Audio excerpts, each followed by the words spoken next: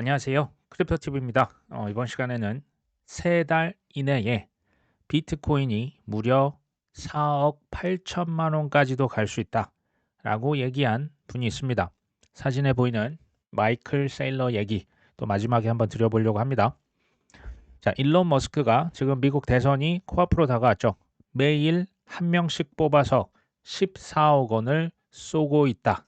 재밌죠? 트럼프를 지원하기 위해서 로또식 현금을 살포한다. 지금 이게 정확히 말하면요. 청원, 우리로 지금 국민 청원을 하고 있습니다.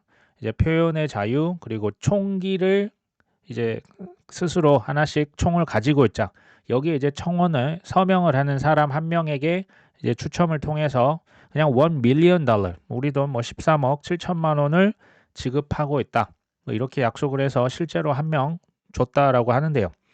자, 아무리 미국에서 로비가 합법이라고 하지만 이게 가능한 일일까요? 이게요, 사실 미 연방 법상 매표 행위는 돈으로 표를 사는 것은 당연히 범죄가 맞습니다. 그런데 청원, 우리로 치면 국민 청원을 하는 사람 중에서 한 명을 골라서 돈을 주는 것은 이것은 또 불법이 아닙니다. 뭐 기가 막힌 거죠. 이걸 왜 하냐? 지금 뭐 미 대선이 초박빙의 판세 속에서 경합주 유권자들의 정보를 파악해서 그러니까 이제 총기를 소지하자, 표현의 자유를 가져가자는 공화당 트럼프 쪽이거든요. 아, 그쪽에 있는 사람들 정보를 이제 딸 겸 이제 그 돈 준다고 하면 개인 정보가 이제 파악이 되겠죠. 이것을 선거 운동에 활용하려고 하는 목적이 당연히 깔린 것으로 보입니다. 하지만 뭐 불법은 아니라고 하니까요. 이제 뭐 보름도 안 남았죠. 불과 한 2주도 채 남지 않은 이 선거 말 그대로 총력전이 펼쳐지고 있다. 자, 이런 가운데 미국에서 두 번째로 큰 은행일까요? 뱅크 오브 아메리카라고 있습니다. 여기에서 갑자기 비트코인 7만 5천 달러 신고점 다시 돌파할 것으로 전망을 했습니다. 뭐 우리로 치면 1억이 다시 넘는 거고요. 근데 이제 뱅크 오브 아메리카를 지난 8월 15일자죠. 2분기, 그러니까 2분기라면 4월, 5월, 6월 달에 비트코인 현물 ETF 어디 걸 샀다? 블랙락 거를 많이 샀고요. 피델리티를 또 이제 비트코인 현물 ETF를 많이 보유량을 늘렸죠. 사실 뱅크 오브 아메리카 이런 이해 관계자들의 발언, 뭐 스탠다드 차터드, 뭐 JP 모건, 뭐 블랙락, 피델리티 다 이해 관계자예요. 코인 뒷단에서 뭐 인프라 채굴 회사, 뭐 저기 뭐 그 코인 거래소 지갑 회사 다 들고 있습니다. 필터링 할 게 필터링이 필요해요. 사실과 그 이유, 타당한 근거를 바탕으로 반드시 필터링을 하실 필요는 있겠죠. 사실 뭐 단기적으로는 모르겠지만 중장기적인 상승에 저는 당연히 동의를 합니다. 이제 말로만 하시는 분들보다는 이 옵션 시장은 뭐 이제 조금 이제 적나라하게 표현하면 이제 도박장이죠. 비트코인 가격이 11월 말까지 신고가 경신할 것이다의 돈을 실제로 합법적으로 거는 뭐 선물이 있고 옵션이 있죠. 근데 이제 11월 8일까지는 7만 5천 달러까지는 가지 않겠냐. 11월 말까지 가면 이제 선거가 끝나죠. 11월이 되면 11월 말 8만 달러까지는 가지 않겠냐. 이쪽에 돈이 많이 집중이 되어 있다. 재밌는 것은 어떤 사람들은 11월 미 대선에서 누가 당선이 되든지 간에 비트코인이 수주 내에 정고점을 돌파할 것이다. 이렇게 보는 사람도 있죠. 그리고 이제 어떤 코인 거래소의 최고 운영 책임자는 두 후보 모두 코인을 지지한다는 입장을 표명했지만 당선 후에도 이러한 태도를 견지할지는 알 수 없다. 저도 지켜봐야 된다고 말씀을 드렸습니다. 지금 뭐 선거 앞에서는 뭐 이제 뭐 우리나라도 뭐 별 진짜 그 운동을 다 하지 않습니까? 미국 더 하겠죠. 다만 시장은 긍정적으로 반응하고 있는 것은 어느 정도 보인다. 뭐 금리 인하 연준에서 뭐 중국에서 전 세계 금리 인하, 증시 강세 등 시장에 유리한 환경이 조성되면서 뭐 8만 달러까지는 뭐 1억 한 1천만 원까지는 무난히 돌파하지 않겠냐. 누가 대통령이 되든지 지금 코인 가즈아 좀 요런 그 이제 정서가 기본적으로 깔려져 있다. 하지만 반면에 고위험 암호화폐 대출이 2년 만에 지금 최고치입니다. B2가 역대급으로 커졌다라는 것은 연쇄 청산 당할 수 있고요. 너무 위로만 베팅하면 밑으로 한번 훅 꺼질 수 있습니다. 실제로 10월 21일자인데요. 기관들이 비트코인 숏 포지션 가격 하락에 베팅하는 사람들이 50%가 넘었답니다. 50%가 급증했답니다. 이거는 얼마든지 단기 조정, 단기 급락은 코인에서는 너무나도 흔한 일상적인 일이라는 것을 항상 가슴속에 잘 새기셔야 됩니다. 자, 중요한 건 뭐다? 믿음과 현금이죠. 믿음만 있으면 됩니까? 현금이 있어야 사겠죠. 현금만 있어도 안 됩니다. 믿음이 있어야 행동이 될 수가 있고요. 버려야 될 건 뭐다? 조급증입니다. 거의 제가 볼 때 이제 코너가 저쪽에 이제 보이거든요. 지금부터도 이제 그 조급할수록 우리가 이제 잘못된 결정할 가능성이 높아집니다. 어떤 조사에서요. 크립토 스타트업의 60%가 어디 생태계에 있다? 이더리움 생태계에 있다. 최근에 뭐 이더리움 가격 안 좋고 온갖 퍼드도 뭐 사실 있었고 이더리움 ETF도 뭐 판매가 BT에 비해서 많이 저조한데 그럼에도 스타트업 59%고요. 59%가 옵티미스틱 롤업, 뭐 옵티미즘, 베이스, 아비트럼 이게 다 이더리움 레이어 2입니다. 이거 기반으로 사업을 구축하고 있다. 두 번째, 솔라나 비트코인도 빠르게 성장하고 있다.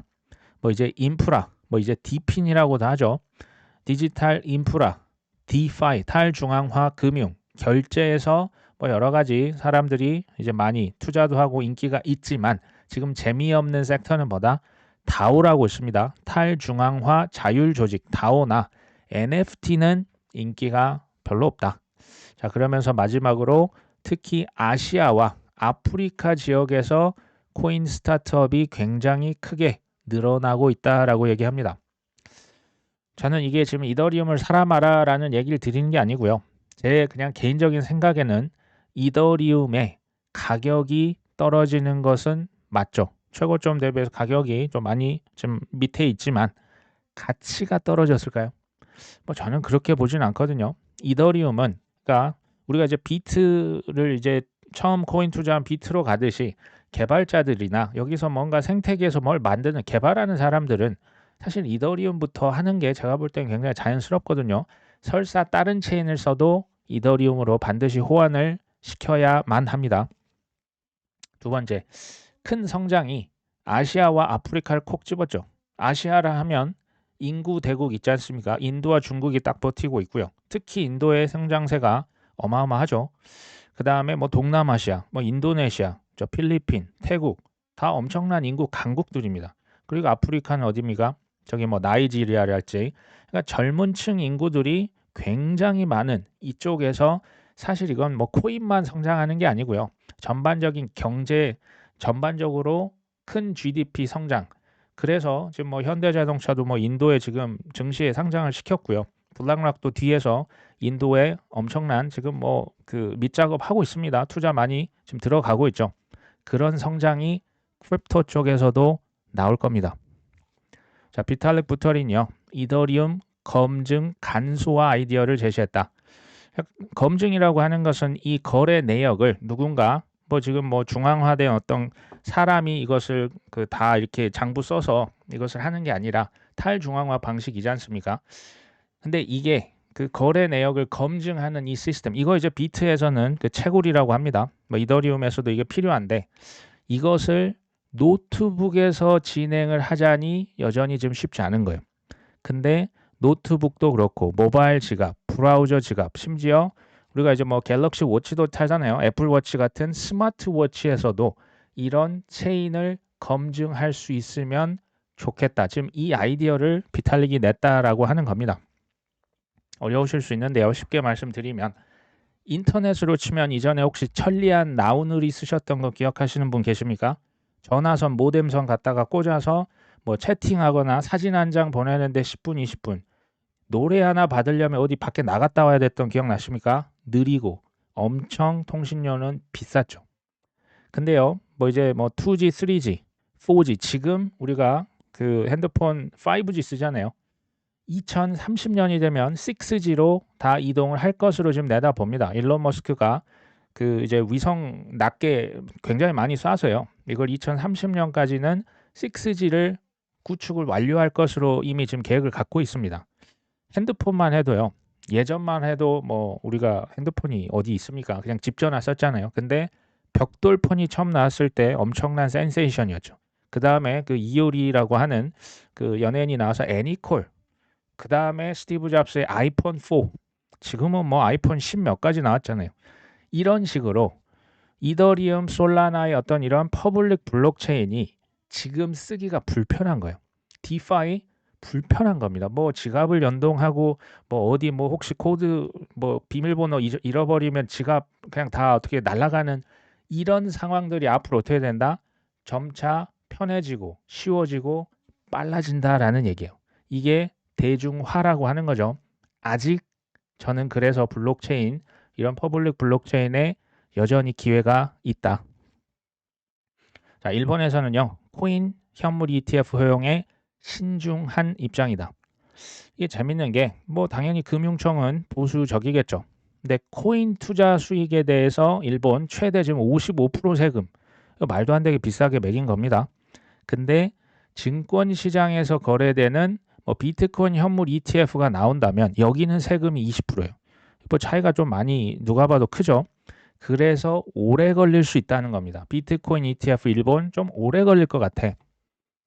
자, 똑같은 상황이 있는데요. 투자자별로 해석이 다른 경우가 있어요.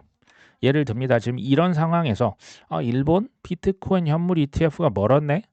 이거 뭐 당당 멀었네. 이제 뭐 여기 일본은 안 되겠네. 뭐 코인은 뭐 거의 망했네.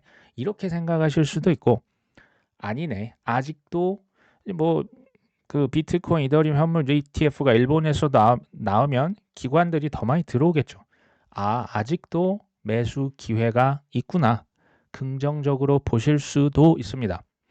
제가 확실히 아는 건 뭐냐? 코인이건 주식이건 부동산이건 후자의 마인드가 훨씬 유리합니다. 기회를 보는 거예요. 아직 뭔가 덜 들어왔구나. 아직 초기구나. 이런 마인드가 아마 좋은 결실을 중장기적으로 가져오지 않을까 싶습니다. 이게 이제 영어로 되어 있긴 한데요. 2018년 지금 인도 얘기입니다. 인도에서 코인이 금지가 됐냐? 아니면 뭐 허용을 했는데 뭐 지금 어떤 상황인지 이거 이제 요새는 구글에만 쳐봐도 다 나오거든요. 제가 팩트를 말씀드리고 나서 기사를 보겠습니다. 2018년 인도의 중앙은행에서는 시중은행들이 코인을 취급하는 것을 금지 명령을 내렸습니다. 근데 2020년 스프림 코트는 대법원이거든요. 대법원에서 이 판결을 뒤집었죠. 한마디로 뭐다? 코인이 불법이 아니다. 이거 이미 대법원이 판결을 내렸습니다. 그래서 이제 비트코인이 인도에서 불법입니까? 금지됐습니까? 라고 질문을 해봤더니 대법원이 땅땅땅 결론 뭐다? 중앙은행은 코인을 금지할 수 있는 권한이 있다 없다? 없다. 네 맘대로 이래라 저래라 하지 말아라. 이게 대법원 판결이 이미 나왔습니다. 누구 생각나십니까? 이 사람 생각나지 않으십니까? 코인은 다 사기고 미등록 증권이고 뭐 심지어 이제 코인 회사들과 붙어서 막 패소했잖아요. 근데 그때 법원이 뭐라고 했습니까? SEC의 권한을 남용하고 있다. 비트코인 현물 ETF 승인해라 해서 했지 않습니까? 좀 느낌이 비슷한 것 같죠? 이 상황을 아시고 난 다음에 이 뉴스를 보시면 좀 더 이해가 됩니다. 인도에서 코인 거래 전면 금지를 검토 중이다. 자, 이거 어떻게 보셔야 될까요? 인도의 현지 미디어에 따르면 인도 정부가 코인 거래 전면 금지 방안을 검토 중인 것으로 나타났다.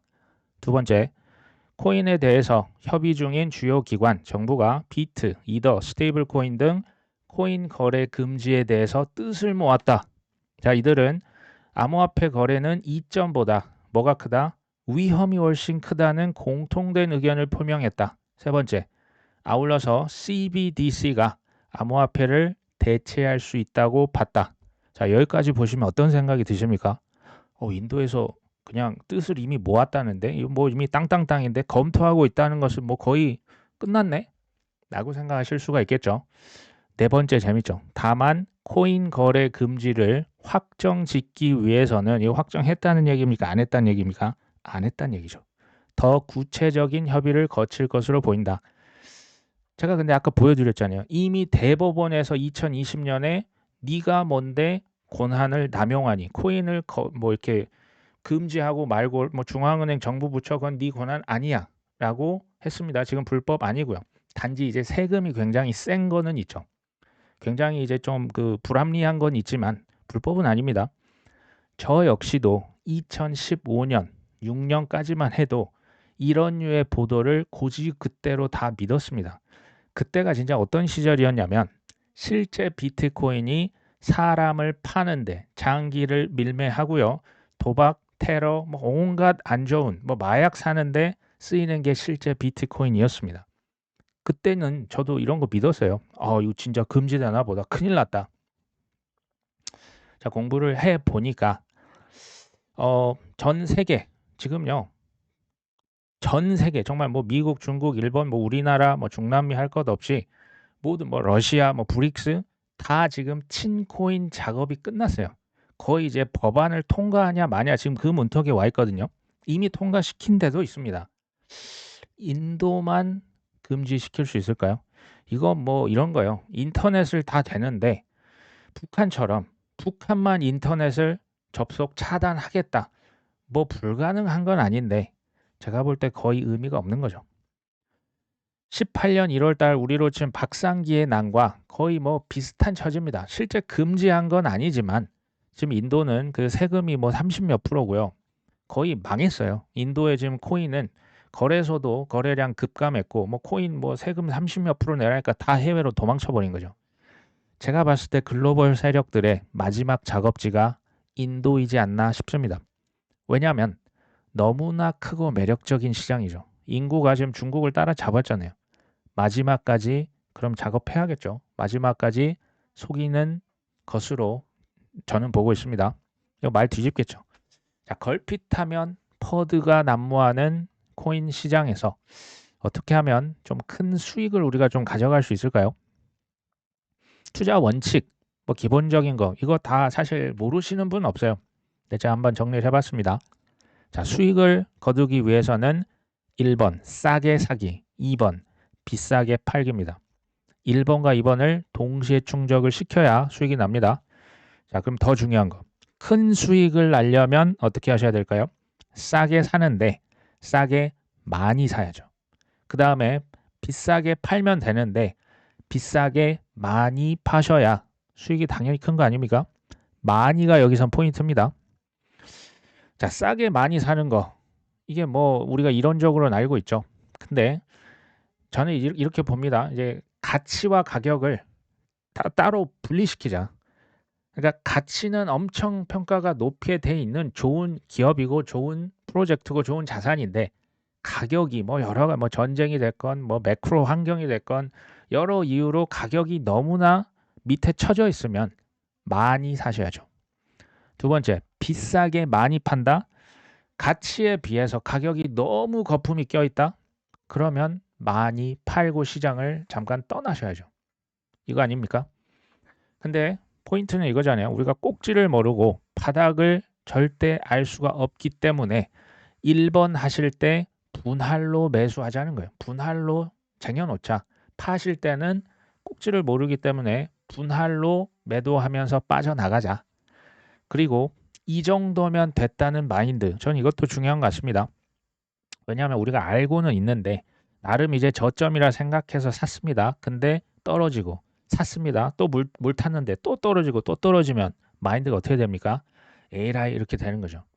팔 때도 마찬가지죠. 내가 뭐 이 정도면 됐다 해서 팔았는데 또 뭐 그냥 묶고 더블로 가버리면 그때 이제 드는 게 포모 아닙니까?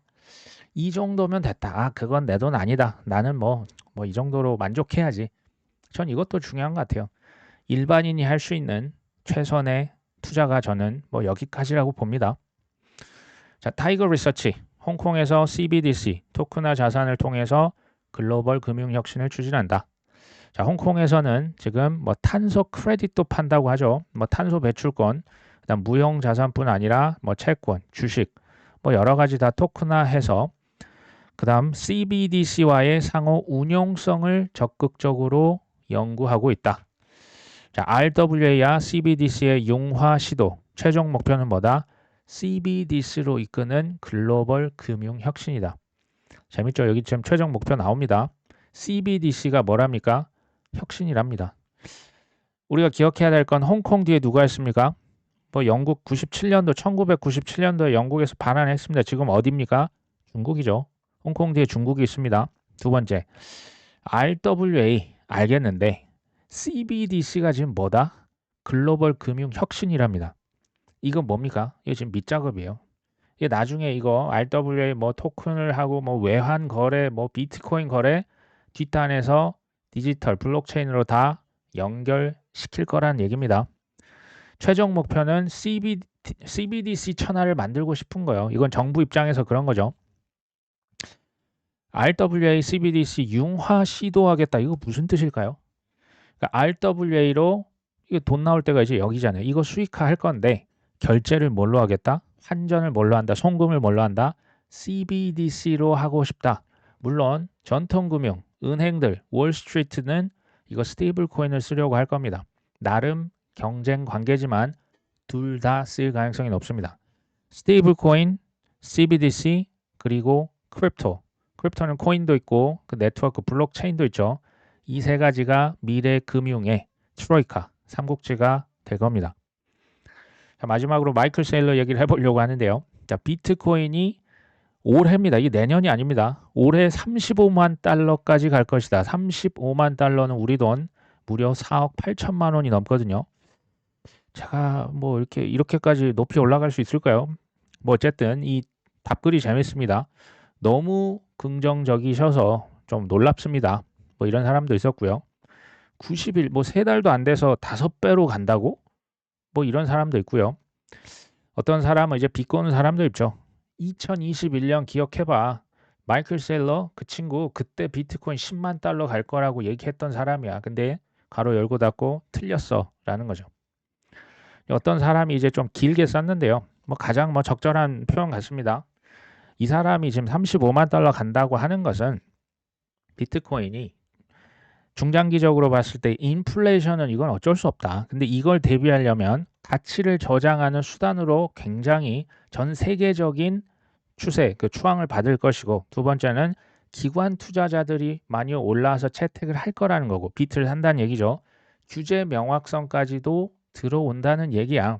근데 변동성이 크기 때문에 조심할 필요가 있다는 얘기지. 사실 뭐 동의하죠.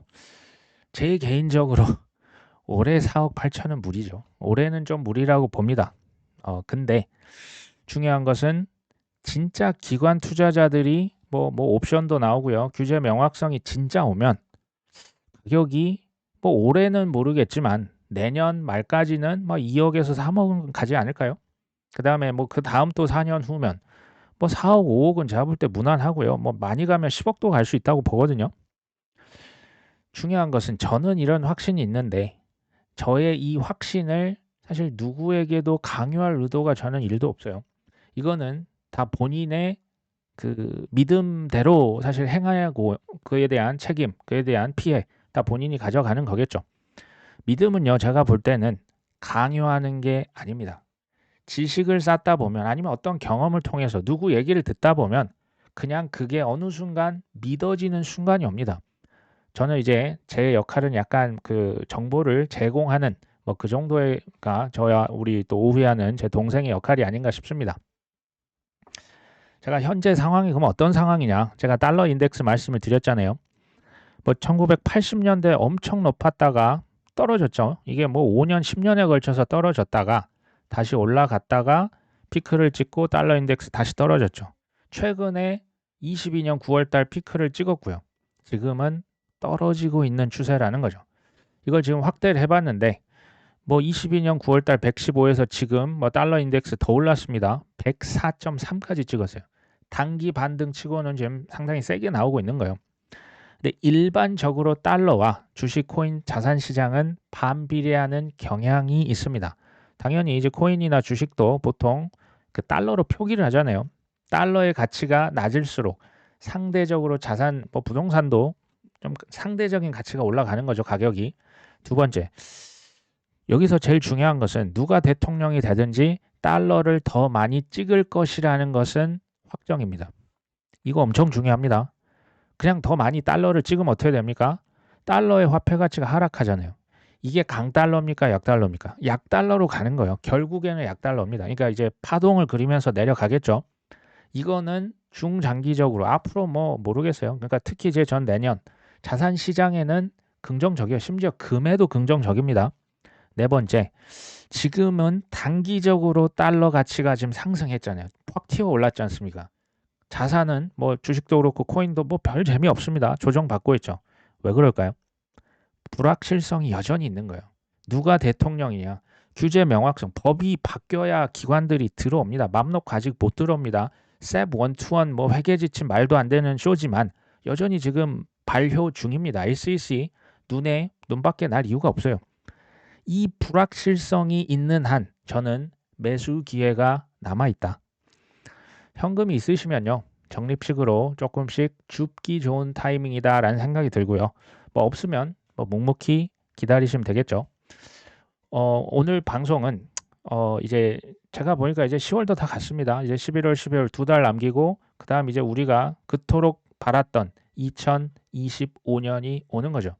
제가 볼 때 그냥 저쪽 코너에서 오는 게 보입니다. 얼마 남지 않았고요.